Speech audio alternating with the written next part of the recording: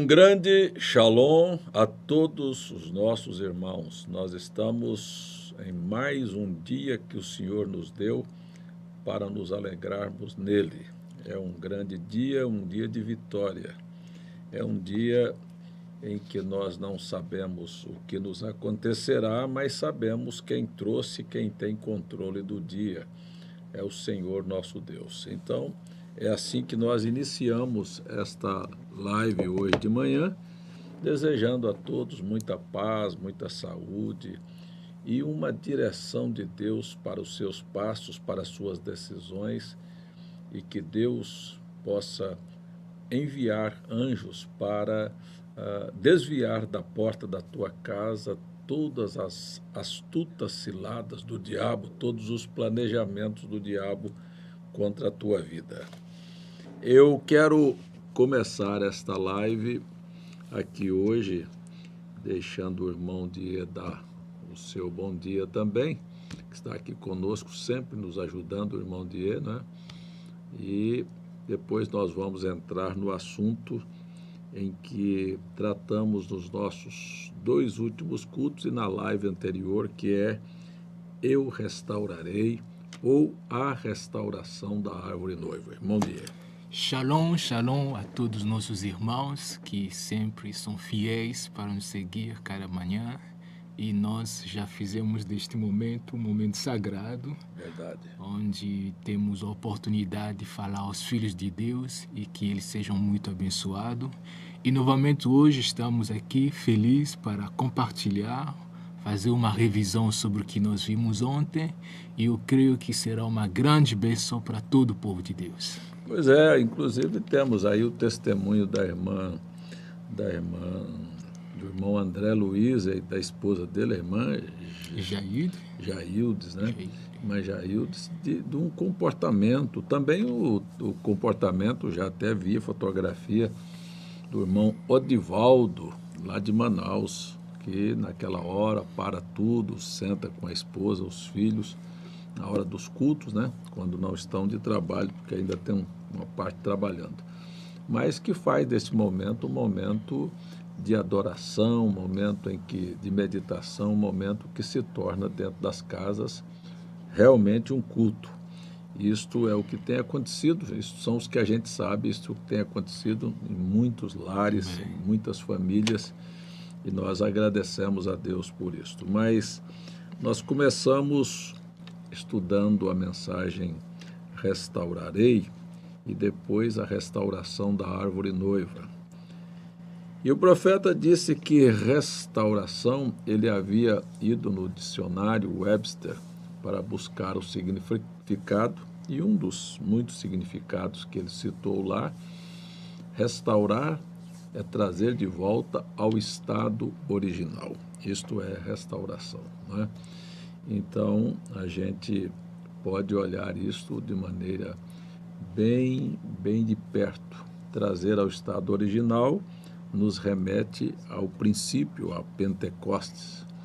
Interessante que eu contei esta semana, irmão Die, um sonho que eu tive com o irmão Firmino, e lá em uma hospedagem, e de uma riqueza muito grande. Eu não estou falando em dinheiro, mas uma riqueza muito grande, com um talão de cheque, que nos remete ao que o profeta disse, que é o que cada um daqueles recebe. E também há duas coisas que me chamou a atenção. É que a pasta que eu estava e as malas ali, eu sentia que eram insignificantes, eram muito pobres para aquele momento. Parece que a bagagem pessoal da nossa vida, diante de uma oportunidade tão rica, fica muito pobre, né? Não tem lugar para o homem se orgulhar de nada do que ele tem, não é verdade, né? O homem em si não é nada.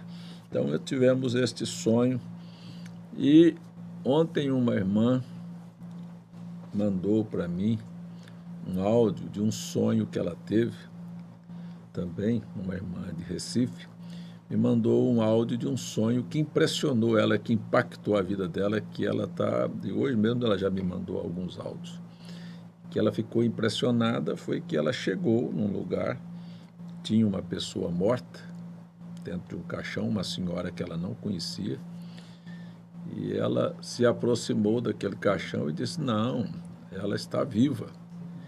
E chamou ela, e ela saiu de dentro do caixão, e aquilo, o marido dela ficou impressionado. O marido dela é incrédulo, daquele que ateu. E aí o marido fica impressionado, o filho fica impressionado, e ela enviou esse áudio para algumas pessoas da família. E aí eu disse para ela, olha, irmã, ela me mandou esse áudio hoje de manhã, eu disse para ela hoje de manhã, disse, olha, irmã, mulher na Bíblia representa a igreja, sabe? Ela falando com uma condição de uma senhora também morta, disse, vamos acompanhar cada detalhe, porque eu estou pregando a mensagem Eu Restaurarei, e terminei ontem falando sobre o vale de ossos secos, né? Foi. Mas também lembrando que o início do culto de ontem eu falei sobre a partida de uma irmã, a irmã Terezinha, lá na Várzea da Passira, né? Irmã Terezinha, uma irmã extraordinária, sabe? Uma irmã extraordinária. Não é porque morreu, não. Mas é uma irmã que dá orgulho da gente ter servido como pastor para ela, porque ela, de uma vida muito exemplar e de um testemunho muito bonito. E muitas lembranças dela, muitas boas lembranças. como ela nos recebe, a alegria dela. Então, é assim, é uma coisa que realmente marcou, né? E a irmã morre ontem, e a irmã sonha ontem, e aí eu venho à noite para falar sobre ressurreição. Então, a restauração, me parece que fica bem claro que para haver uma restauração, tem que haver um estado de decomposição, né? E a gente entende que quando eu vejo um quadro desse, poucas pessoas param para analisar, mas quando eu vejo um caso de morte, como é o caso daquela irmã ontem que morreu, só me remete a um pensamento. Isto é matemático. Num momento desse de paralisação, que você parece que está começando tudo de novo. A igreja está nenhuma pessoa sentada, parece que você está pegando tudo zero. E Deus fez isso, deu oportunidade para fechar tudo, para a gente começar de novo. E eu estou procurando, em todos os aspectos, fazer este um recomeço. Então, vem um caso desse de morte. Você sabe que, para mim, eu me lembro perfeitamente que o dia em que nós íamos inaugurar o tabernáculo lá em Campina Grande, foi o primeiro tabernáculo nosso aqui na Paraíba, o primeiro crente que eu tinha ganhado para esta mensagem chamava Elias. E no dia da inauguração, eu fiz o sepultamento dele. Eita. Foi o primeiro crente, era um velho senhor que eu sonhei com ele estando em Goiás. Vim aqui, encontrei aquele irmão, era um pregador antigo do Evangelho, um homem muito versado na Bíblia, mas no dia da inauguração, eu recebi a filhada dele batendo na porta de casa, dizendo, irmão César, seu Elias morreu. E nós fomos para o cemitério, sepultamos aquele irmão e à noite fizemos a inauguração da igreja. Então, uma morte remete a uma vida. Alguém estava morrendo para nascer uma igreja, sabe? Para nascer um povo, um trabalho. Era o início desse trabalho. Começou assim. Aqui em João Pessoa, o dia que eu fui inaugurar o tabernáculo aqui em João Pessoa, lá na Cruz das Armas, acabou a energia. O carro bateu num poste e a energia foi embora. Parece que é sempre assim. Sempre tem que haver um sinal para você ver. E aí você olha que o próprio Salomão disse que Deus habita na escuridão, que as trevas e a luz para ele é a mesma coisa, né? A dedicação aqui de 1 Crônicas, capítulo 6, diz que Deus habita nas trevas. Então, foi assim na inauguração. O dia que nós construímos o outro templo, construímos o templo de lá e tal, o dia que nós estávamos construindo, inaugurando esse tabernáculo que nós temos em João Pessoa, um carro bateu num poste, acabou a luz e tínhamos um pastor, o irmão Rosco, ia pregar na inauguração, e o irmão Rosco chega, ia pregar com o intérprete, cadê luz? Não Isso foi aqui em João Pessoa. Sim, há 2 vezes, 2 inaugurações, sem energia, sem luz. Então eu preguei para mais ou menos 1.200 pessoas no peito, não podia botar ele para pregar com o intérprete num ambiente completamente escuro. O povo queria ver a beleza do templo, que é bonito, mas ninguém viu nada, ficou escuro. E naquela noite o pastor Alberi conta que ele teve a primeira experiência sobrenatural com Deus, quando eu chamei o povo para não simplesmente consagrar o ambiente, mas consagrar as vidas. E ali mesmo ele caiu com a face no chão e ele chorava, tanto chorava como falava línguas estranhas. Houve uma experiência sobrenatural aqui com Deus. E na inauguração, no escuro. E depois tivemos essa experiência no domingo, quando terminamos o encontro, eu fui orar pelos casais, dia 23, e impressionante, você não estava aqui, mas nesta época, nós tínhamos aqui em João Pessoa,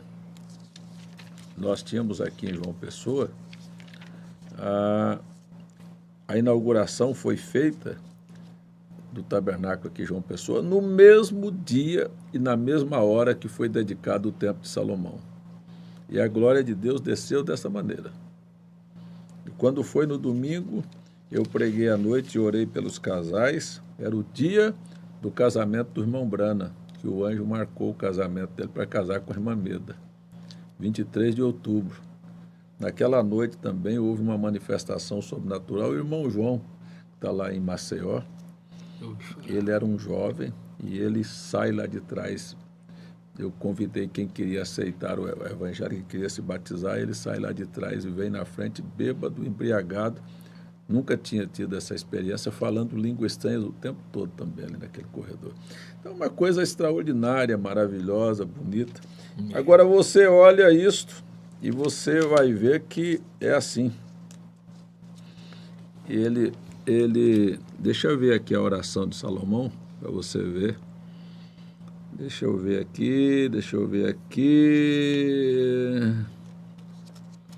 Aonde é em que está aqui? Acho que é o capítulo 6, viu? Que fala que Deus habita nas trevas. Cadê, hein? Cadê? Falou Salomão. Aqui, ó. Você já leu essa escritura assim? Sabia disso assim?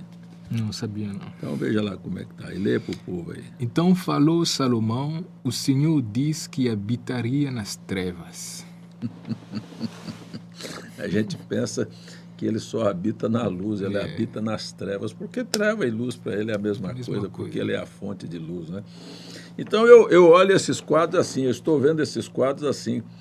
Os irmãos de Manaus também devem ter este sinal aí, esta coisa viva aí, de que nós estamos num marco aí em Manaus também, de um mover, de um recomeço aí de todas as coisas. Eu vejo esses quadros assim, e eu oro que Deus recompense, que Deus console o coração da família da irmã Terezinha lá em Passira. E quero consertar aqui um equívoco. O irmão Francisco deu equivocadamente uma nota aqui sobre o estado de saúde do irmão Nivaldo, e disse que o irmão Nivaldo estava doente. Então, na verdade, o irmão Nivaldo está gozando de plena saúde, muito bem, obrigado. Irmão Francisco, não sabe onde arranjou aquilo da cabeça dele, não. Francisco, tu tá ficando doido, rapaz. Mas o irmão Nivaldo está bem, disse que ferveu de telefonema lá, procurando pela saúde do irmão Nivaldo na casa da irmã Renata. Tem que puxar a orelha do irmão Francisco. Ô, irmão Jean, pega teu pai e bota ele de castigo aí em cima de 4 grãos de feijão para mim, viu? Mas é assim. Então, eu restaurarei. Como é que é? É uma promessa, né, do amor de Deus para seus filhos, porque Deus, ele permitiu, porque lá no livro de Joel diz que meu grande exército. Então é Deus que tem controle sobre todos os poderes da terra. Ele permitiu, assim como ele permite Satanás tocar em um filho de Deus para ficar doente, coisas acontecer, e ele permite também Satanás entrar no meio da igreja, mas tudo isto para fazer um propósito, para cumprir o propósito dele.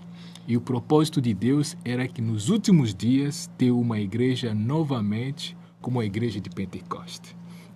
Quer dizer que Deus deixa acontecer coisas ruins para depois fazer uma melhor. Isso. Porque a promessa é que a glória da segunda casa será maior do que a primeira. Muito maior do que a primeira. Então, parece que é assim, né? Deus pegou, fez uma promessa para José. José tinha uma vida muito boa diante do pai e tal. Daqui um pouco, José vai parar no Egito como escravo. Mas que coisa, por que Deus joga as pessoas em problemas, né? Deus permite que os problemas venham. José, humilhado ao extremo, vai parar lá como escravo no Egito. Daqui um pouco, José, fiel a Deus, rejeita a mulher de Potifar, vai parar na cadeia. Pior ainda, de escravo para prisioneiro ainda agora, né? Não sei, ainda se livrou da morte por pouco, né? Podia até o esposo ter matado. Não é verdade? Foi. Mas ele estava ali e parece que a situação ia ficando cada vez pior. É o mesmo quadro da igreja, né? A igreja vem caminhando, parece que de mal a pior cada dia, né? Mal a pior, a igreja é mais problema. Não é verdade? Até chega a apodrecer, né? Quando chega na era da Idade Média, a igreja é realmente reduzida a quase nada. E hoje? Essa beleza que é hoje, hein? Porque na Idade Média tinha um povo seguindo a linha do catolicismo e pouquíssima seguindo o Evangelho. Aí veio o Renascimento, a Bíblia volta de circulação, Lutero já se apostata novamente, depois veio os reformadores, e cada um deles trazendo um pedaço, mas o povo se envolvendo novamente, até chegar a uma condição da era de Laodiceia que Deus disse, vomitei. E agora? Mas ali também há uma esperança, né? Naquela escuridão total, há uma luz. Luz, um pouquinho de luz. Um pouquinho do povo de Deus que voltou completamente na palavra de Deus. Né? Pois é. Então a gente parece que quando parece que tudo está perdido, quando José está no calabouço, há o sonho de novo. Daqui um pouco os sonhos começam a vir, o padeiro, o copeiro e as evidências. Daqui um pouco o José está no trono. E daqui um pouco... Aí, é engraçado, né? Eu vi isso aqui, era aqui na mensagem Restauração. Esse exemplo, o irmão Brana cita o exemplo de José. E os irmãos dele vão pedir perdão para ele. Diz, mas te fizemos tanto mal. Ele disse, não, mas como é que eu ia chegar no trono se não fosse assim? Então, olha, como não tem um hino que cantam as pedras que me atiram, eu vou construir com elas, não é? Isso. Não é? Então, aqueles males que vieram a José, serviu para José chegar até o topo, né? E ajudar a muitas outras pessoas. Aí o José disse, não, o irmão Brana diz assim, que quando eles pediram perdão para José, está aqui na mensagem, eu restaurarei. Vieram pedir perdão para José, José disse, não, isso aconteceu. José até no início não entendeu, porque quando a gente está vivendo esse momento, você não entende. Não entende. O José reclamou lá, falou para o copeiro lá, para o copeiro do rei, disse, eu estou aqui roubado da loba, eu estou aqui injustamente, fui vendido para cá, estou colocado aqui injustamente. Tinha ainda querendo se defender, mas aquele era o caminho para ele chegar. Isso. Então eu quero falar para você que está em casa, que faça dos seus problemas, dos desafios, dos desafetos, das traições, das injúrias, das calúnias, é isso que Paulo falou, né? Que sentia prazer. E de tudo isto que já fizeram de ingratidão com você, faça disto, construa isto um altar, porque o seu sacrifício vai subir e Deus vai te recompensar. Isto é uma coisa matemática. Então, isto está aqui na mensagem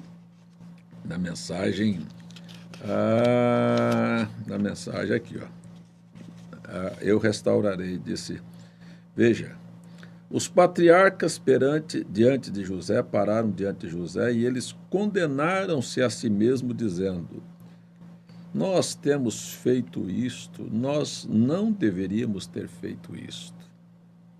E ele disse, tudo foi assim para o bem. É aí aonde você diz que tudo contribui para o bem daqueles que são chamados, que amam a Deus, são chamados pelo seu decreto. Né? Então, todas as coisas, a gente não tem Não tem nada que acontece na nossa vida que não é para o bem, a menos que você não ame ao Senhor. Mas se você amar ao Senhor e viver uma vida correta e algum mal lhe atingir, pode ter certeza, tenha paciência, ó, pegue aquilo e engula seco, porque dói, viu? Sabe, dói, mas engula seco aí, porque daqui um pouquinho a recompensa virá. E eu fico pensando, né, como é que seria depois que José subiu para o trono, como é que o Potifar olhava para José, hein? E como é que a mulher do Esposa dele Potifar, olhava. a Os mulher... presos, o copeiro e o... Não, Não, o copeiro o ainda ajudou. Copé ajudou Foi, ele, foi. né? Mas eu quero perguntar quem empurrou ele para lá, para baixo. Isso. Os irmãos ficaram envergonhados, né? Que mandou ele para o Egito. É. Mas os irmãos não sabiam da história dele na cadeia. Estão sabendo ele aqui, estão vendo ele aqui na glória agora, né? Sentado lá, a pessoa mais importante depois de Faraó. Mas será que os irmãos sabiam por onde ele passou?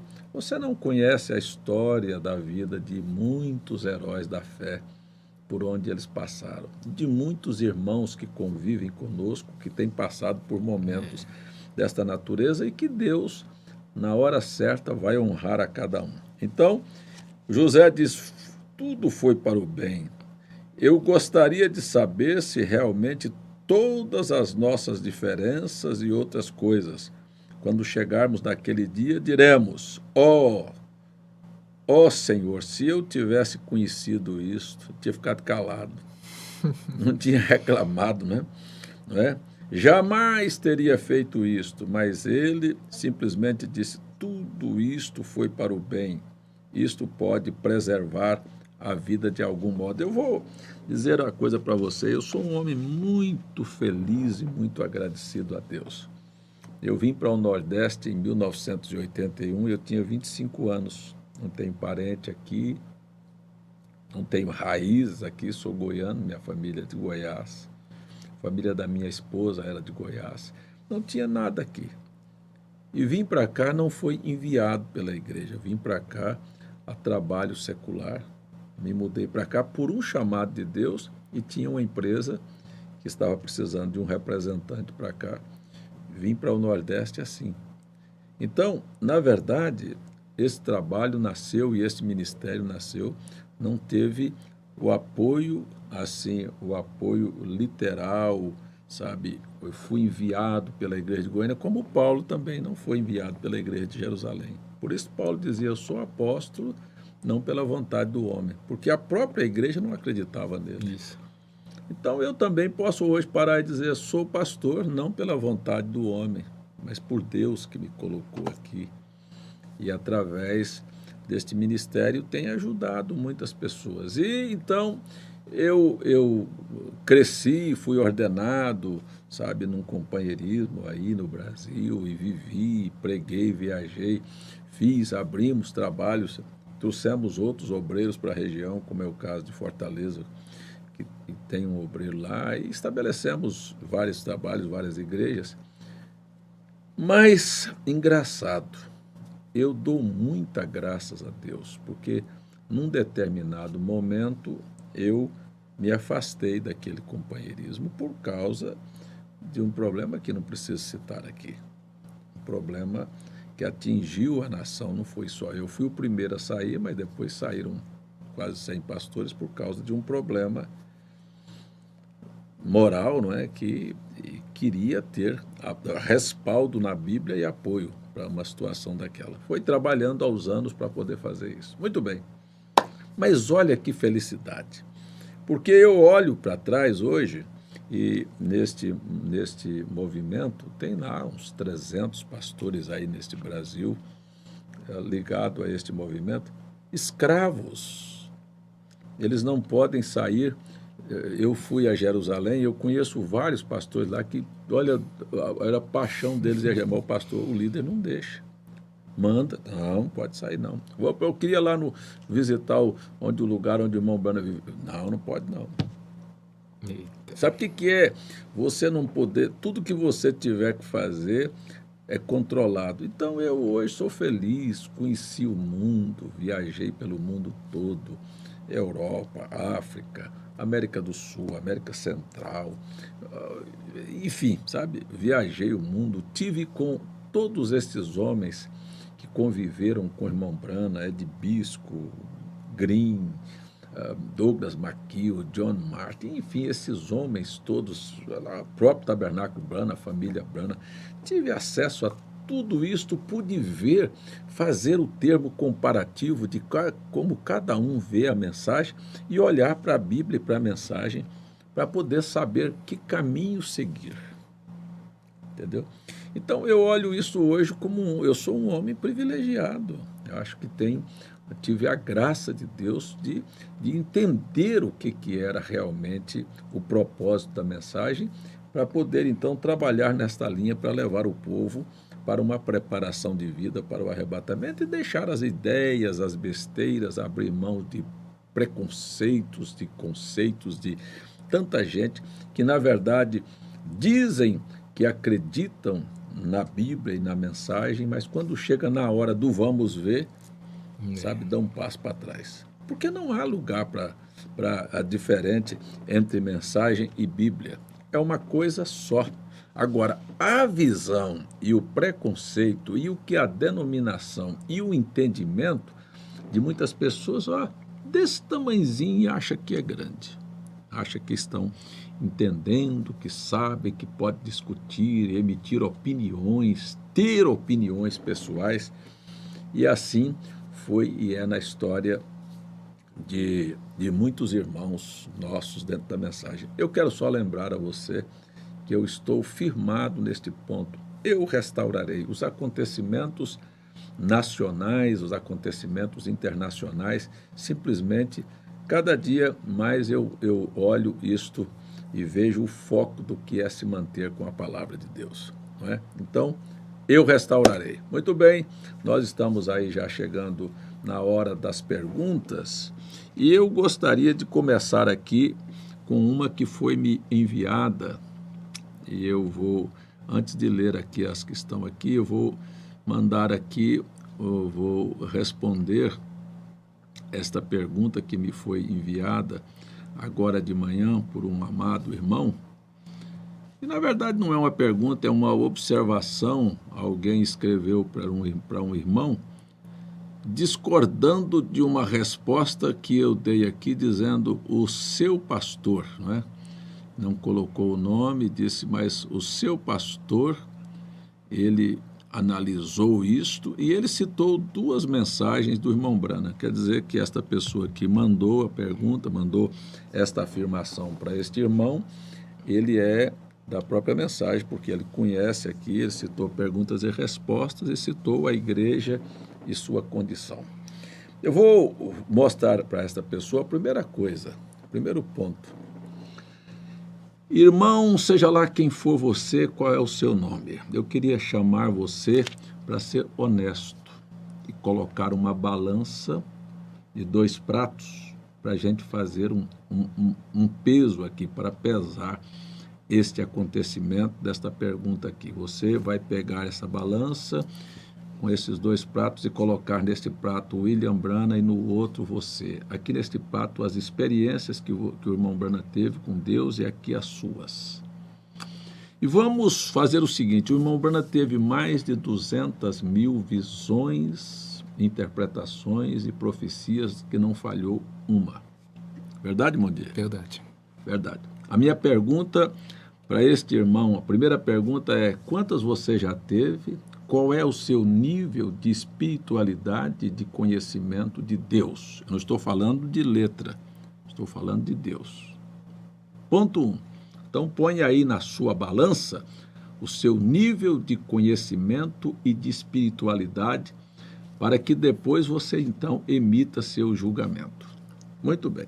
Aqui está o profeta e você. Eu estou botando você, mas eu vou botar eu também aqui do outro lado. Quando eu conheci a mensagem, eu vinha de um movimento pentecostal. Então a gente tinha muitos preconceitos que o pentecostalismo ensinou a gente. Por exemplo, não se aceitava a fotografia de Jesus ou o crucifixo, porque aquilo era idolatria. Aí quando você vê o profeta William Branham mostrar pela Bíblia que não é assim. Primeiro, olha aqui, ó, Deus mandou não fazer imagem, daqui um pouquinho Deus mandou Moisés fazer uma imagem. Não foi? Mandou fazer os 2 querubins. Então, aí você para, o irmão Branham está vendo aqui? Porque, na verdade, o que Deus está dizendo aqui é que não se deve ter a adoração. Aí o irmão Branham vai mostrar pela história que a cruz sempre foi dos cristãos e as imagens aqui é do catolicismo, inclusive de homens e etc. Mas que o Senhor Jesus tinha aparecido a ele e aquela fotografia de Huffman que ele tem na casa dele, tinha no púlpito da igreja dele, era a que mais parecia com o Senhor Jesus. Você tem 2 opções. Aqui está um homem que está dizendo que tinha estas visões e estava vivendo na presença de Deus, e Jesus apareceu para ele várias vezes, e eu que nunca tive nenhuma visão, mas eu tenho uma ideia que a denominação me passou. Entendeu? Então, o que é que eu faço? Ou eu aceito esta experiência aqui do profeta e continuo com a minha interpretação da Bíblia, ou eu abro mão da minha interpretação e vou saber como usar este objeto, tanto a cruz como o retrato e a cruz como um metal ou como um pedaço de pau, sem adoração. Certo? Então aqui começa assim. Este é um ponto. Então eu estou falando de mim. Eu abri mão e disse, sabe de uma coisa? Porque a balança pesou e o meu baixou aqui. Olha, eu não tive nada, estou conversando fiado. Não sei do que estou falando. Vou aceitar o ensinamento do irmão Branham. Segundo, estou falando da minha experiência. Por muito tempo eu combati como pregador, já pregando, já como pastor, combati o uso de joias. Não aceitava uma irmã usar uma correntinha ou uma pulseirinha, não. Porque, isso aí eu não estou vendo, não. Aqui a Bíblia, aqui, ó. A Bíblia, Pedro e Paulo está dizendo aqui. Muito bem. Daí, daqui um pouco, eu ponho o irmão Branham na balança e ponho o César de novo. Eu estou falando da minha experiência. Aí você põe você aí, irmão. Vai juntando as coisas aí. Aí eu ponho o César e ponho o irmão Branham. Aí o irmão Branham, que tem 200.000 visões, interpretações e profecias, e que ele mesmo vai explicar a respeito do assunto, como ele citou aqui, perguntas e respostas número 2, deixa eu ler aqui. O próprio irmão Branham dizer, como Paulo disse, eu acho que muita gente peitou Paulo também. Paulo diz, digo eu, não o Senhor, mas eu cuido ter o Espírito do Senhor. E o irmão Branham também vai dizer, essa é minha opinião, não vejo mal. Será que este homem que andou tão perto de Deus, que teve uma vida muito mais espiritual do que a minha e do que a tua, se isto que ele vai responder sobre joias, se ele disse que falou uma palavra errada no púlpito e Deus o corrigiu, Deus não teria feito o irmão Branham corrigir esse assunto? Não, aí o irmão Branham, além de falar isto, se você nunca viu, vou botar aqui, vou pedir para abrir aqui um site aqui para procurar. O irmão Branham comprou um colar, não foi nenhuma correntinha, não, um colar de pérolas, e dá para a esposa dele. E Deus nunca disse para ele, William Branham, você está vendo? Você botou sua mulher fazer uma coisa do diabo. Então eu comecei a entender o que é realmente a mensagem e o que é a Bíblia. O irmão Branham veio e explicou este assunto, como é que ele via este assunto, dizendo assim, não, Pedro não disse desta maneira, Pedro está dizendo aqui que não seja, quer dizer, isso é uma coisa que não é necessária.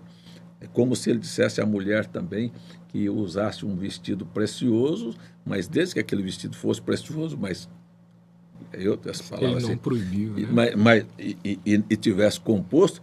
Agora eu vou dizer para sua mulher que compra um vestido lá de 50.000 reais, mas está dentro do padrão da mensagem, dizer, a senhora vai para o inferno. porque a senhora está vestida um vestido. Não.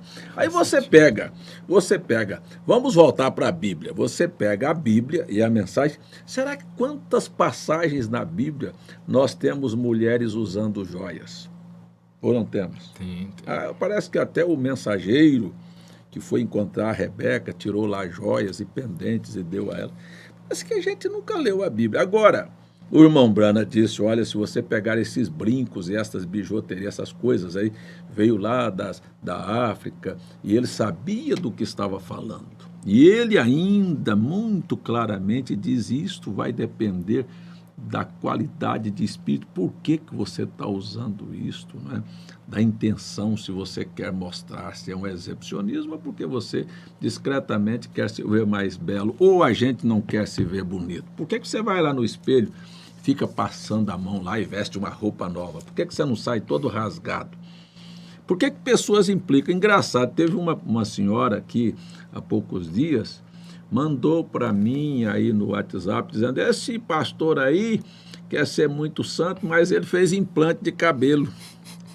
Interessante. A pessoa pode fazer implante de dente, não é?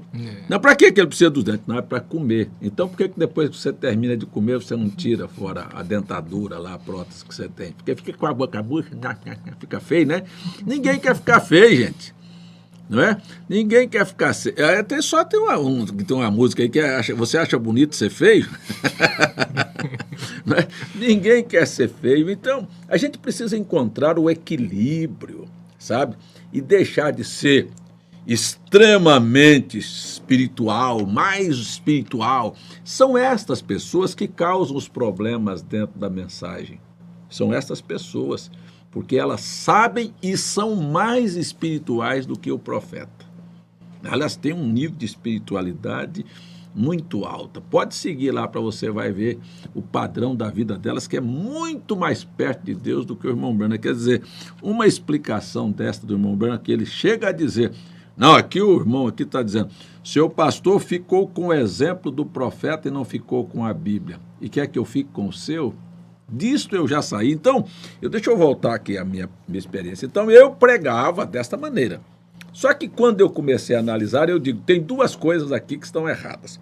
Ou o meu nível de espiritualidade é maior, que eu vou condenar o irmão Brana, ou eu estou sendo hipócrita, dizendo para o povo que Deus mandou um profeta, que ele veio nos restaurar todas as coisas, e na hora que vem com uma coisa que contraria a minha ideia, eu pulo fora e digo, vou ficar com a Bíblia.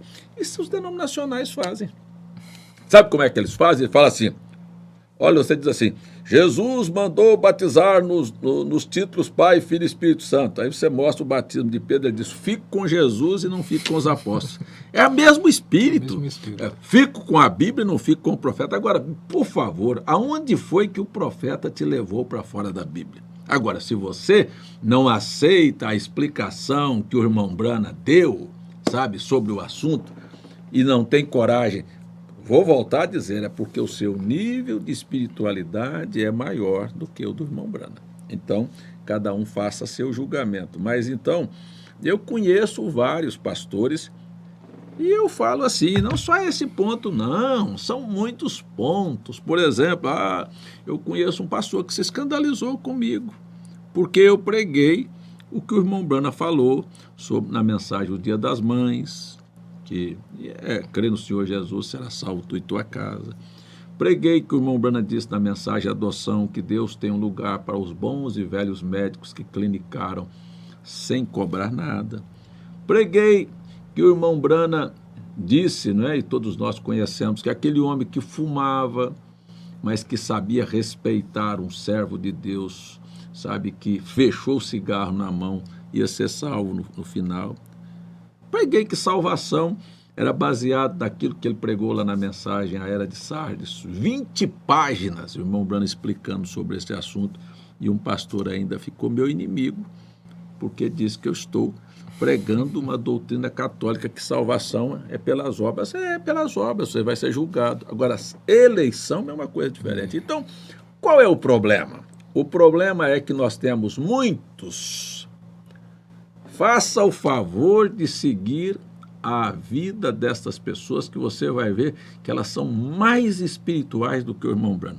Foi por isso que eu tomei a decisão, aquilo que o profeta falou, e ele pode me trazer para a Bíblia e me dar as devidas explicações, como ele explicou perguntas e respostas sobre o uso de joias, e como ele próprio deu para a esposa dele, teria muito que eu desse um para mim, um cordãozinho, não foi nem um colar, não, porque eu nunca dei colar, não. Nem minha esposa, nem minhas filhas andam de colar, não. Uma correntinha que, olha, tão fina que é porque os olhos biônicos das pessoas estão enxergando isso. E aí botou aqui pro irmão, a esposa dele e as filhas dele usam. Sabe por quê? Porque a esposa do William Branham usou porque o William Branham, que é menos espiritual do que esta pessoa, usou. Só por isso. Só isso e nada mais. Muito bom. Vamos para frente agora. Fica aí com você o restante do angu de caroço agora. Mas eu não vejo separação entre Bíblia e mensagem. Está aqui na Bíblia, são coisas que você vai pegar, todos aqueles pendentes, aqueles ouros que tinha no Velho Testamento, que serviram lá até para fazer o bezerro de ouro, né? Eles usavam. Usavam, né? Agora, o irmão Branham disse, não vai usar um pendura-coalho aqui, não vai se enfeitar. E aí Pedro vem e disse, o próprio Paulo disse, não seja no frisar do cabelo. Quer dizer, o que a gente tem com o cabelo que o irmão Branham ensinou? Daqui um pouquinho nós não vamos poder. Daqui um pouquinho ninguém vai poder usar perfume, não. Será que pode usar perfume, hein? Será que pode? Porque está escrito lá que as filhas de Sião usavam as caixinhas de perfume. Tem gente que é implicado com essas coisinhas.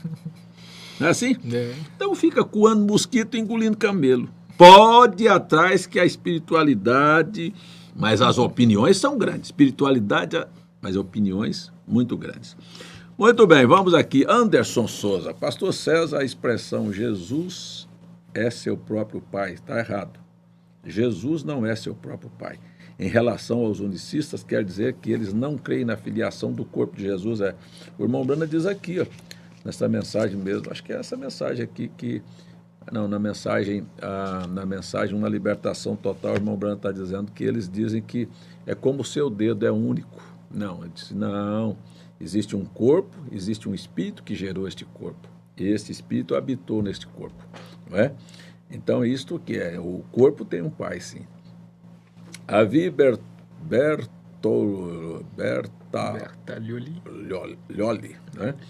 Em uma mensagem que o profeta visita as pessoas antes da ceia e não permitia que tomasse a ceia indignamente, né? Deve ser, né? Mas não me lembro o título. Olha, irmão, é assim, veja só, eu posso te ajudar, sim.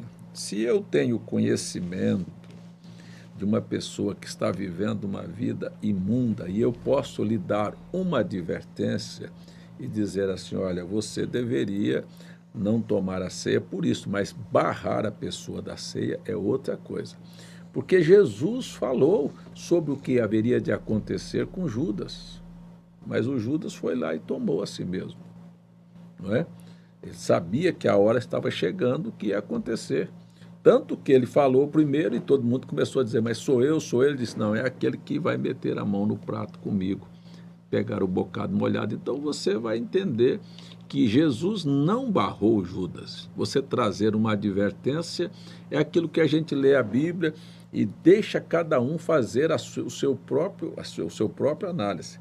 Agora, se eu posso dar uma advertência e dizer, isso não vai te fazer bem, porque eu estou conhecendo que é a pessoa, mas sem o legalismo da denominação que vai dizer assim, você está proibido de tomar a ceia, você está excluído da ceia. Isso é o que nós não temos autoridade para fazer. Mas aconselhar, eu acho que é dever pastoral. E cada pastor deve fazer isto de uma maneira que ele sinta que não tem. Agora, o irmão Branham, como é que o irmão Branham, conhecendo o segredo dos corações, agiu? Ele nunca deu a ceia para o povo dele. Ele deu a ceia, se ele estava num culto de ceia, ele disse, nós não somos uma denominação, não somos um grupo fechado, e a mesa da ceia era aberta para até os visitantes denominacionais que estavam ali. Ele não proibiu ninguém na ceia. Isso fica com o julgamento da própria pessoa. É assim que o irmão Branham agiu. Agora, tem muita gente mais espiritual do que o irmão Branham. Glauberto, se tivesse mesmo era bom, viu? Glauberto Filho, pastor César, se uma criança recém-nascida morrer logo após o seu nascimento, ele vai para o céu? O profeta disse que as crianças vão ao céu. Francisca Costa Santos, pastor, se possível, explique sobre o quíntuplo de Efésios. Olha, irmã, o quinto de Efésios, capítulo 4, está composto de homens chamados, vocacionados e enviados por Deus. Dados, Deus dá, e Ele mesmo deu, quer dizer, é uma dádiva divina. Por que é uma dádiva? Porque estes homens, eles estão, na verdade, são como que espíritos ministradores, porque são anjos. Eles vieram trabalhar em favor daqueles que hão de herdar a vida eterna. E eles, neste conjunto, trabalham para que a igreja chegue à perfeição. Então, a gente tem que parar aqui, aproveitando esta deixa, a irmã Francisca vê, que se tem um obreiro, um pastor, um evangelista, seja lá o que for, que está trabalhando não para levar a igreja à perfeição, mas para escandalizar o evangelho, ou para seu próprio proveito, que você vê que aquilo não tem comissão nenhuma de Deus, então é isso que as pessoas precisam ter, o seu próprio discernimento. Mas que, na verdade, existem verdadeiros ministros para compor o ministério, e que este ministério, a gente às vezes tem uma ideia de, por exemplo, de que o ministério quíntuplo de Efésios tem que ser alguma coisa distinta. Pode ser distinta e pode ser, porque aqui está dizendo uns, e pode ser também uma coisa pessoal. Por exemplo, William Branham foi profeta, foi pastor, foi evangelista, foi doutor e foi mestre. Os 5 ministérios estavam num homem. Não é porque ele foi profeta, antes de ele manifestar esse ministério, ele foi pastor. Agora veja o comportamento dele quando era pastor na pequenininha igreja em Jeffersonville. Ele disse, eu deixava de trabalhar, e na hora do almoço, quando eu parava, eu estava trabalhando, na hora do almoço, eu saía, ia nas oficinas, ia na beirada do rio, e eu iria procurar alguém que estava perdido. O que era esse? Evangelista. Evangelista. Você veja, não está manifestando. Daqui um pouco ele manifesta um ministério de profeta, começa as visões, o anjo apareceu a ele, começa a vir. Daqui um pouco você vai ver que no final da vida dele, ele começa a abertura da palavra, revelando selos, etc, etc. Quer dizer, o que era? Doutor, mestre. Então, isto é assim. Se você observa, eu acho que cada ministro, cada homem de Deus, ele deveria procurar em Deus estes dons para ser útil. Eu não acho que um pastor tem que estar de braço cruzado, só subir no púlpito, e ele não tem nenhum trabalho de evangelismo, ele não faz nada para evangelizar, ele não ensina a igreja dele o que é correto. Então, esse é mestre, não é? E profeta é todo aquele que prega, que ele está profetizando aquilo que já está na Bíblia, ou que está na mensagem. Isto é um ministério profético. Isto pode estar em pessoas distintas, ou pode ser manifestado na vida, no ministério de um homem também. É assim que é o ministério quíntuplo. Finalidade única. Fama, dinheiro, mulher, não. Finalidade única. Preparar o povo para o arrebatamento. Esta é a finalidade. Gostaria de saber, eita lá, de novo, sua opinião sobre o aperte o play. Eu já falei isso essa semana, vou repetir aqui. Olha, eu acho maravilhoso poder ouvir os sermões do irmão Branham. Mas estando lá, César, olha, por isso que eu falei, César, estando lá em Jeffersonville, no ano 2000, 20 anos atrás, quando isto ainda era um projeto que estava na barriga da mamãe, na ideia de quem está elaborando esse projeto hoje, veio o assessor para o Brasil, assentado comigo no restaurante em Jeffersonville, lá em Jeffersonville, nos Estados Unidos, lá no Tabernáculo Branham. E aí, sentado comigo no restaurante, veio falar comigo exatamente sobre isso e disse, irmão César, nós vivemos hoje num tempo científico, numa era maravilhosa que todos os irmãos do passado desejaram viver. Vivemos numa época em que foi inventado o gravador. Computador naquela época era bem pouquinhos ainda aqui. O gravador, nessa época eu comprei lá nos Estados Unidos. Viu, Túlio? Eu comprei nos Estados Unidos, era o computador mais moderno de João Pessoa. Tinha um HD de 10 GB. Era o mais veloz, viu? Era o bala.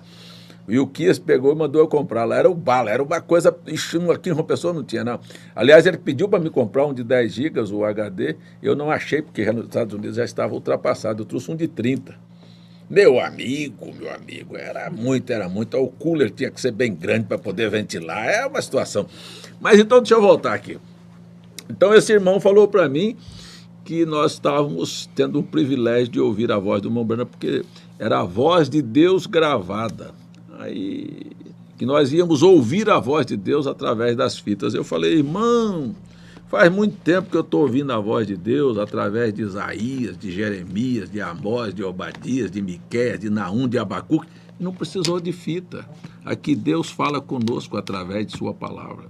Então, essa ideia de que a voz literal, a fonética, o som da voz do irmão Brana é a voz de Deus, com todo o respeito que eu tenho ao mensageiro, sei disso e sei que ele acharia isto uma barbaridade. O irmão Brana não aceitaria uma coisa dessa. Então, este argumento, para mim, ele é um argumento... Mas olha, sabe quem foi que inventou isso? Sei demais quem é. É um filho dele, mas ele não aprovaria essas coisas, de maneira nenhuma. Então, essa questão do aperte o play, que você tem que ouvir a voz do irmão Brana, que é a voz de Deus, olha, pode deixar, pode descartar isso. Isso não funciona, não. Ouça a voz de Deus. Pode pegar uma literatura, ler, você vai ver que ele vai te remeter para a Bíblia, que é a voz de Deus. Adolfo Rocha, bom dia. Eu queria saber... Se a mulher insiste em ser pastora, ela corre o risco de perder a salvação? Irmão Adolfo Rocha, o senhor acha que uma pessoa que passa por cima da Bíblia... Pergunto ao senhor, a Eva foi feliz em passar por cima do que Deus falou? Alguém já foi feliz em desobedecer a Bíblia? Aquele que acrescenta... Será que vai ser acrescentada a vida eterna ou ser tirada a vida eterna? Então, a gente tem que parar aqui e voltar. Olha, eu quero saber de uma coisa. Eu tenho uma opinião que é a opinião da Bíblia, sabe? Fique com a palavra, não creia em mulheres pastoras porque elas são antibíblicas. Sabe o que é antibíblica? É antipalavra. Você sabe o que é antipalavra? Anticristo. Silvana Santos, bom dia, pastor, poderia me explicar 1 Coríntios 7,15? Mas se o descrente se apartar, aparte-se, o descrente, porque neste caso o irmão ou a irmã não está sujeito à servidão, mas Deus o chamou para a paz. Você não pode isolar o versículo, você precisa do contexto todo. Você vai ver que o apóstolo São Paulo não abriu precedente no contexto de 1 Coríntios 7 para as pessoas fazerem tal coisas. E ele chega a dizer, sabe, que as pessoas, quer dizer, você não é obrigado, porque o marido te abandonou, você não é obrigado a estar sujeito àquele homem. Mas pegue o verso 10, vai explicar o 15. Se você apartar do marido, ou reconcilie com o marido, ou fique sem casar. É isso aí. Elizabeth Correia, em Marcos 16:19, diz que Jesus está assentado à destra. Como isto pode ser? Só tem um trono? Pois é, para você entender, não é? Será que o trono é uma cadeira? Será que o trono na Bíblia, para começo de conversa, fala sobre domínio. Só existe um trono, só existe um que domina.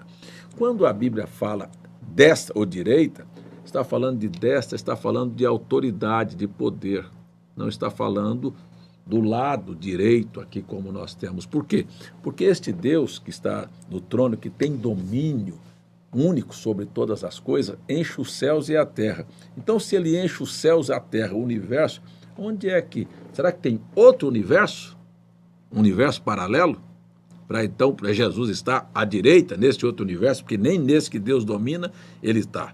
Mas Jesus disse, todo o poder foi me dado nos céus e da terra, quer dizer, ele que tem o controle de todas as coisas. Então, destra aí, irmã, é poder, é autoridade e não lado direito.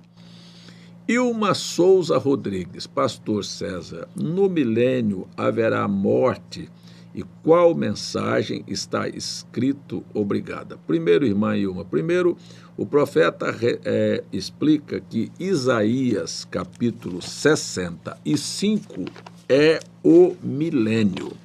Ele responde isso, agora não posso te dar a mensagem aqui, mas eu posso te dar numa outra live, né? Futuro Lar, né? Futuro Lar. O Futuro Lar. Então você pega aí Isaías 65, deixa eu ver aqui se eu acho o versículo aqui agora.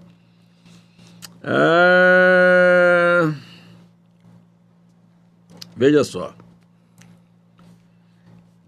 Verso 20 de Isaías, aqui ó. Não haverá mais nela criança de poucos dias, falando de milênio, nem velho que não cumpra seus dias, porque o menino morrerá de 100 anos. Menino, 100 anos. Porque é milênio. São mil anos. Porém, o pecador de 100 anos será amaldiçoado.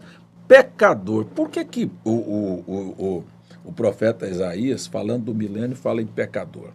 Porque há uma diferença. Ó, nem todas as nações, isso é uma coisa que tem que ser encarada, porque está aqui na Bíblia. Na Bíblia, o profeta Zacarias disse, e o restante que sobrar das nações? Então, sobra nações. Você vai pegar Apocalipse, Satanás é preso por 1000 anos, depois ele sai enganar as nações. Que nações se todo mundo foi aniquilado? Então, o que a gente entende? Olha, entende assim, há um grupo de pessoas que terão seus corpos transformados e serão arrebatados. Esses nunca mais morrem. Esses estão acabados. Agora, haverá aqueles que passam do final da grande tribulação para o milênio. Então, aqui está dizendo que criança lá morre com 100 anos. E fala de pecador. Por que é pecador? Todo aquele que entrou no milênio, que vai ser regido por Cristo, que não passou pelo processo do novo nascimento, é pecador. E essa pessoa vai para o julgamento final depois. Então, ele é pecador. Agora, qual é a diferença? Porque ele já era pecador. Qual é a diferença desse que entra no milênio? É esta, ó. Satanás está amarrado no milênio, então não haverá prática do pecado, mas haverá pessoas que nunca foram redimidas. E Cristo estará regendo elas com vara de ferro. Então aqui está como é o milênio. Agora, quando soltou Satanás, esse pecador que está lá no milênio, que são as nações, aí ele volta para o ladinho do diabo. E aí é a hora da destruição final, do julgamento. É assim. Mas aí a mensagem o irmão Dia está dando aqui, ó. Futuro lar do noivo celestial e da noiva terrenal. Não sei o parágrafo, mas se você achar aí, tu no busca. Isaías 65, bota aí no busca aí que você acha. Na mensagem, né? Tá tudo bem. Agora eu não posso te dar aqui. Márcia Maria, eu conheço pessoas que têm em casa imagem de santos, como Maria, Coração de Jesus e outras. Aí diz que não adora. Isto não é uma forma de adorar. Deixa eu dizer uma coisa para a senhora aqui. Veja. Preste bem atenção. Vou falar uma coisa que vai chocar aqui as pessoas agora. Irmã Márcia, assim. Se eu tivesse a fotografia de Maria, eu soubesse que aqui, ó, essa aqui, como o profeta falou de Jesus, essa aqui é Maria. Eu poria lá na minha parede, o que tem? Quem é essa aí? Minha irmã. Agora, um católico nunca disse que Maria é irmã dele, diz que ela é a mãe dele, que é a intercessora dele, que é a salvadora dele. Essa é a diferença. O que seria? Se eu tivesse uma fotografia de Pedro, de Paulo, eu não usaria? Por quê? Não é meu irmão? É meu salvador? De jeito nenhum. É meu intercessor? De jeito nenhum. Pode fazer alguma coisa por mim? Não. Mas escuta, eu não posso ter uma fotografia do meu irmão, então a senhora também não pode ter da sua filha. Pague todas as fotografias suas. Isso aí. Então a gente precisa de separar o que é que o catolicismo criou como imagem, sabe? Para levar as pessoas a uma fé errada. Isto é a santolatria do catolicismo, que nós condenamos até as raízes. O irmão Brana chegou a pregar a mensagem Cristianismo contra a idolatria, mostrando a origem de cada coisa. Mas vamos separar uma fotografia da outra para a gente não fazer confusão. Sandley Melo, Shalom, quem são os dois ungidos de Zacarias capítulo 14?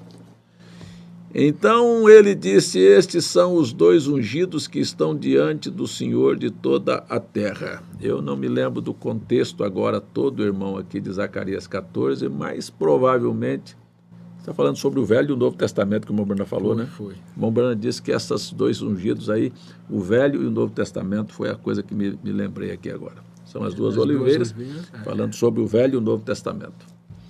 Muito bem. Júlia Castelo, uma irmã me disse que um vestido que marca a cintura é pecado. Ela disse que o vestido tem que ser solto em todo o corpo. Isso está correto? Olha, irmã, na verdade é assim. Você deve vestir não para mostrar a forma física do seu corpo. Eu tenho falado isto muitas vezes, que isto é assim. Quanto mais você ter uma roupa solta que desenhe menos o teu corpo, eu tenho certeza que vai agradar a Deus. Agora, faça uma coisa, quando você vestir um vestido, não quer que você tenha que vestir, cortar fazer um saco e cortar um buraco na cabeça e vestir ele assim para poder ficar solto no seu corpo. Não, agora eu sou santa. Não é isso. Mas quando você vestir uma roupa, vá na frente do espelho, seja honesta, veja se no seu coração você sente que Jesus está agradando da sua roupa. Não é você não, Jesus. E daí então, se o teu coração te condena, mude. Faça mais folgado, mais solto. Não queira vestir roupa apertada, mostrando o seu corpo, não, que isto vai levar você para um lugar errado. Erli Oliveira, meu irmão, Deus te abençoe. Pastor Moisés batizou o povo hebreu com a nuvem no mar e no Mar Vermelho. Explique, por favor, por gentileza. Olha, irmão, na verdade, batismo é que Moisés pegou o povo e batizou, mas eles passaram. Primeiro passou pela nuvem, pelo mar, foi batizado em Moisés na nuvem e no mar. Você sabe que Moisés é a figura de Cristo, então batismo é em nome do Senhor Jesus Cristo. Mar Vermelho, por quê? Eu já estive lá, irmão Erli. Eu já estive lá no Mar Vermelho, já tomei banho lá no Mar Vermelho, já nadei lá.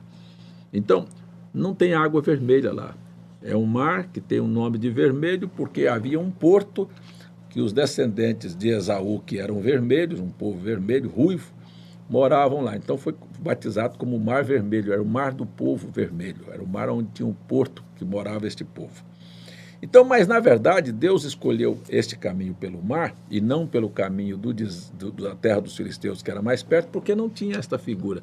Batismo no Mar Vermelho remete a nós ao batismo que nós sofremos quando nós mergulhamos no sangue de Cristo para nos purificar. Então, enterramos em Jesus como tipo de Moisés no batismo do arrependimento, sepultamos o nosso passado, lavamos e voltamos como novas criaturas e experimentamos o batismo na nuvem, que era a coluna de fogo, que é o batismo com o Espírito Santo. São os três formas, né? Os três passos da vida cristã. Neia de Araranguá, pastor, posso tomar a ceia sem ser dizimista? Mas depende, irmã. Eu acho que uma pessoa pode tomar a ceia sem ser dizimista. Você acha que pode ou não? Se ela não trabalha, ela não tem ganho, ela pode tomar ceia, não pode? Pode. Se ela não tem trabalho, ela não trabalha, está em casa, quem trabalha é o marido não quer dar para ela o dinheiro do dízimo, e ela não tem aonde arranjar dinheiro para dar. Quem é que vai impedir uma pessoa a tomar ceia porque não é dizimista? Agora, se a senhora trabalha e é avarenta, e não tem coragem de entregar o que é de Deus, aí eu diria para a senhora, eita, o negócio está feio para o seu lado, viu? Vai acertar isso, porque se você não tem revelação do que é dízimo, que é material, a senhora vai ter revelação do que é o sangue de Jesus Cristo, que é uma coisa espiritual. É assim. Bom dia, pastor César Augusto. O profeta William Branham é o Elias prometido para anunciar a segunda vinda de Jesus? Sem dúvida nenhuma, meu irmão, sem dúvida nenhuma. João Gomes, bom dia, pastor César, me explique, por favor, 2 Reis, capítulo 2, verso 10. E disse, coisa difícil pediste, mas se me vires quando for tomado de ti, te se fará, porém, se não, não se fará. Na verdade, era esta, né? Elias perguntou para Eliseu, o que você quer que eu te faça antes que seja tomado de ti? Ele disse, quero porção dobrada do teu espírito, veja só, do espírito de Deus que estava sobre Elias. Ele estava pedindo para Elias, não era apenas um ministério igual, mas queria uma unção dobrada do que estava na vida de Elias para operar uma obra maior. Ele disse, olha, já era grande o ministério de Elias, você está me pedindo uma coisa difícil. Mas como ele tinha dito, pode pedir o que quiser que eu te dou, disse, você me pediu uma coisa difícil, mas se então, vigie para você não perder esse, fique de olho em mim, porque se você me ver quando eu for tomado, o seu pedido será respondido. É assim que é a Escritura. Geraldo Gonçalves, bom dia. O que é adultério espiritual? Porque a Bíblia fica de lado e só prega citações da mensagem em muita igreja. Irmão, olha, eu acho isso uma coisa muito simples de te explicar. Deixa eu te falar aqui. Profeta William Branham não, olha, se ele tivesse vivo hoje, eu tenho certeza do que eu estou dizendo, ele não apoiaria tal sistema. Primeiro, mas ele disse que você deve falar o que o mensageiro falou, mas ele nunca disse que eu devo levar o que o mensageiro falou lá para o púlpito para ficar o tempo todo, como o senhor está dizendo, deixa a Bíblia de lado e fica lendo a mensagem. Não. Sabe por quê? Porque aqui já está fácil demais, está mastigado, está bem mastigado, e aí os pastores não querem orar e buscar a inspiração de Deus, já pega aqui, é só engolir. Mas isso prova que para mim, uma pessoa que age assim, falta a ele ministério, falta a ele unção, falta a ele inspiração para pregar. Ele deve ler, conhecer o que o mensageiro falou e levar isso para o povo. Agora, essa questão de ir para o púlpito levando isso, primeiro, nos dias do irmão Branham não existia nenhuma literatura e existiam muitos pregadores associados ao irmão Branham, Johnny Jackson, Jack Moore, irmão Baxter, sei lá, tantos que estavam lá ao lado do irmão Branham, o próprio irmão Neville, que era tabernáculo do irmão Branham. Será que o irmão Neville vivia com a literatura do irmão Branham no púlpito? Não, o irmão Branham disse, ele vem ali, prega, eu anoto que o irmão Neville prega, e dali eu tiro 20 sermões, quer dizer que a mensagem do irmão Neville era uma mensagem profunda, que o irmão Branham pegava aquilo ali e anotava para poder falar. Então, isto era o padrão sempre foi o evangelho, nós somos chamados para pregar o evangelho. A mensagem, ela veio nos trazer para a Bíblia porque nós estávamos perdidos no conceito denominacional. Agora, na época do irmão Branham não tinha literatura, os pastores não usavam literatura, usavam a Bíblia. E se quisessem fazer o que os pastores têm que fazer hoje, que é o que estão fazendo, está feio demais, né? Aí vamos botar o play. Então vamos fazer o seguinte, como você vê os pastores fazer, leva uma, leva duas, leva três, leva 10 mensagens, pega um parágrafo aqui, pega outro aqui, pega outro ali. Eles teriam que levar um gravador para o púlpito, no tempo do irmão Branham, botar lá de lado, botar um assistente para dizer assim, escuta aí, porque não tem nem hoje como a gente tem aqui com essa facilidade. Você pega aí, eu vou pegar aqui para falar com vocês o que o irmão Branham falou. Bota aí a fita reconhecendo o dia e sua mensagem. Botava lá. Parágrafo 20, aí já estava lá parado. Parava a fita. Aqui, pronto, soltava. Agora, tira essa aí para nós pegarmos aqui os ungidos dos últimos dias. E botava lá. Não é, isso não é culto, isso não tem sentido. Agora não, mas hoje nós temos literatura para você conhecer o que ele falou. Os pastores deveriam parar em suas casas, ler o que o irmão Branham falou, faça as suas anotações, tenha a sua inspiração e depois vá e pregue e mostre para o povo que a Bíblia é a verdade. É isso que é o problema. Cláudia Rodrigues, pastor César, eu já passei da hora, hein, rapaz? Me explique o milênio. Irmã, como é que eu vou explicar para a senhora o milênio, hein? Será 1000 anos de paz, tá bom? A explicação? O diabo está amarrado. As nações viverão tranquilas. Cristo vai reger as nações e nós estaremos junto com ele vivendo 1000 anos, que é uma lua de mel. Não? É? É uma lua de mel. É. O casamento foi lá no céu e viemos para passar uma lua de mel de 1000 anos com ele. Agora, como é que vai ser lá? Vamos fazer o seguinte, vamos viver uma vida bem perto dele aqui, amá-lo com todo o coração, para a gente estar no casamento e depois vir para a lua de mel. Aí a gente ficar sabendo o que vai acontecer. Porque a lua de mel é sempre uma surpresa, né? O camarada casa, aí tem a festa, depois é que ele vai para a lua de mel. O que vai acontecer lá? Quando a gente chegar lá, é que vai desenrolar o assunto, né? É assim? É assim, você sabe, né? Você já casou, né? Ah, você não sabe não, né?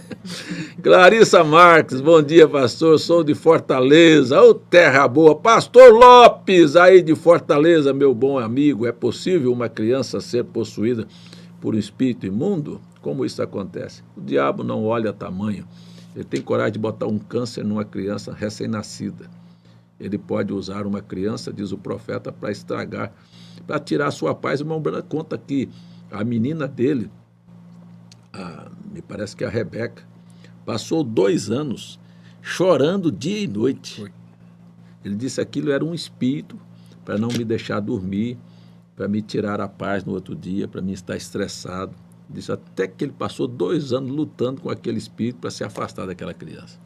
Para você entender como é que isso acontece. Diabo é bicho nojento, viu? Como diz um irmão aqui da igreja, ô bicho ruim. Marcelo Silveira, o que é um ismo? É uma apostasia? Um ismo é um galho, né? Um segmento, é uma divisão, é assim. E tem muita gente que diz que eu sou um ismo, sabe por quê? Porque eu saí do erro, porque eu não apoiei coisa errada, eu virei ismo. Não, eu estou no padrão original, o ismo é quem saiu, quem se desviou, não é? Pastor, o senhor é contra escutar as mensagens do profeta em casa, além dos cultos? Não, de jeito nenhum. Acho que você deve escutar mesmo. É muito agradável ouvir o irmão Branham, eu sempre ouço. Só aprendo toda vez que eu ouço. Agora, você fazer disso, levar para o culto, preste atenção. Você botar, primeiro, nós não falamos inglês. Segundo, nós não falamos inglês. Segundo, você vai ouvir uma mensagem com um tradutor, cansativo. Eu tenho irmãos aqui que têm experiência, o irmão Odivaldo lá de Manaus passou muito tempo fazendo isso, ele sabe do que eu estou dizendo. É cansativo. Terceiro, a maior parte das pessoas, se você botar na igreja um gravador com a mensagem do irmão Branham, o povo chega cansado do serviço, sabe? E não é como chega cansado do serviço e começa a ouvir um blá, blá, blá, blá, blá, blá, e o outro dá a interpretação de cá. Um fala lá, lá, e o outro dá a interpretação. Daqui um pouquinho você olha para a cara do povo, está tudo assim. Ó. Eu estou recebendo aí, ó, destes grupos, irmão, destes grupos aí que ouvem essas mensagens, estou recebendo aqui, ó, irmãos dizendo, olha, pastor, chega lá, é uma tristeza, a gente vai para a igreja, volta pior do que foi. Porque ó, não recebe nada, só vai dormir na igreja. Porque às vezes eu estou dando grito, eu sou um pregador barulhento. Eu dando grito, o povo cansado ainda dorme, ainda mais você ouvindo uma fita. E uma fita do profeta, que é uma voz boa, agradável, daqui um pouquinho ó, chega mesmo. Eu já tive essa experiência mesmo. Eu mesmo já coloquei mensagem do irmão Branham no carro e começa a dirigir e começa a ouvir o irmão Branham, daqui um pouquinho o sono vai chegando, tem que desligar, porque senão, por causa do cansaço da mente. Muito bem, Natanael Camurça, shalom, pastor César, irmão Diego, gostaria que me explicasse a expressão misericórdia quero e não sacrifício. Olha, está falando o Antigo Testamento, Por quê, hein? Porque o Antigo Testamento não era aonde se fazia os sacrifícios, né, que as pessoas levavam, e Jesus estava falando do que ele veio fazer. Veio fazer o quê? Vim chamar os justos? Não, os pecadores. Quer dizer, eu vim apresentar a você misericórdia e não um altar para um sacrifício. A misericórdia de Deus é que te faz ser justificado, santificado e viver uma vida para honrar a Deus. É isso aí. Pastor Afonso Hidalgo, olha lá, bom dia, pastor Afonso Hidalgo. É muita honra você estar aí assistindo a nossa live. Muito obrigado pela sua assistência, pastor Hidalgo. Um abraço a todos, felicidade a você e a sua igreja. Pedido de oração, Sandoval Xavier pede por sua sobrinha, Andréia Maria, peço pela família e os enfermos. Vera Lúcia, peço pelo irmão Flauzino. Maria Aparecida, Shalom, peço oração por minha família. Ilani Souza, oração por toda a casa. Ivanilda Gomes, oração por Saúde. Marinaldo Dantas, saúde, oração pela saúde de sua filha. Eliane Coelho pede oração. Celso Alves pede oração em favor de um problema de saúde. Wellington Balbino, oração a seu favor. Ribeiro pede por seu neto. Márcia pede por seu filho Felipe. Dalvanira por sua família. A Vitória, ore por uma colega de escola que foi sequestrada faz 2 dias. E aí nós terminamos. Terminamos? Acabou? Bom, se tem mais alguém, se junte a nós nesta oração agora, nós vamos orar. Mas antes de orar, eu quero lembrar a você que à noite nós teremos o culto às 7h30 da noite e que também sábado, amanhã, teremos uma live pela manhã e à noite teremos amanhã, não é? Sábado à noite e domingo teremos 2 lives especial, uma começando às 7h30 da noite, onde teremos perguntas e respostas e também teremos a participação de cânticos, né? Vários irmãos estarão apresentando hinos. E domingo pela manhã, nós vamos começar às 8h da manhã e queremos ir até meio-dia, 12h30, com perguntas como essas de hoje. E porque todos os dias fica um monte de perguntas sem responder aí, porque não dá tempo.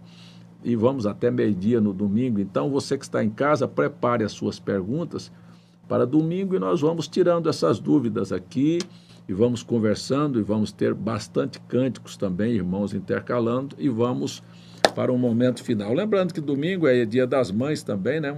Um momento da gente comemorar e orar pelas mães que ainda estão vivas e lembrar daquelas que já se foram, com agradecimento em nossos corações. Quero pedir também que você que não se inscreveu no nosso canal, faça isto, acione o sinozinho, participe dos nossos cultos, você vai ser lembrado dos nossos cultos e também, se isto tem abençoado a sua vida, dê o seu like ou o seu dislike. Deus te abençoe e agora vamos pedir a Deus as bênçãos do Senhor sobre as nossas vidas. Bondoso Pai, Tu és tão bom para nós, Tu és tão maravilhoso que nós estamos diante da Tua face por Tua infinita misericórdia. Nós não pedimos Tua justiça, mas pedimos Tuas misericórdias. Aí estão muitos pedidos de oração. A minha oração, junto com estas pessoas que estão solicitando, é: onde houver doença, que seja restaurada a saúde. Que aonde houver demônios, que eles sejam expulsos, espíritos atormentadores, que trazem doenças, que trazem problemas, que roubam a paz, que destrói casamentos, que faz com que as pessoas não te honrem, que esses demônios sejam afastados da vida dessas pessoas. E que agora mesmo, se alguma destas pessoas não te conhecem, possam também pedir perdão e te aceitarem como Salvador da alma. Em nome de Jesus, entrego cada lar, cada família, cada pessoa em tuas mãos. Tu sabes as necessidades deste povo e tu sabes por que estas pessoas estão pedindo oração. Abençoe também o coração dos familiares da irmã Terezinha, que partiu. Tenha misericórdia de cada um e console o coração deles. Nós os apresentamos em tuas mãos e pedimos, por favor, Senhor, por misericórdia, nos dê um dia de paz, desvie os males dos nossos caminhos e nos dê a tua bênção, porque oramos no nome de teu Filho Jesus Cristo, nosso Salvador. Amém. Amém. Um abraço a todos e um grande shalom.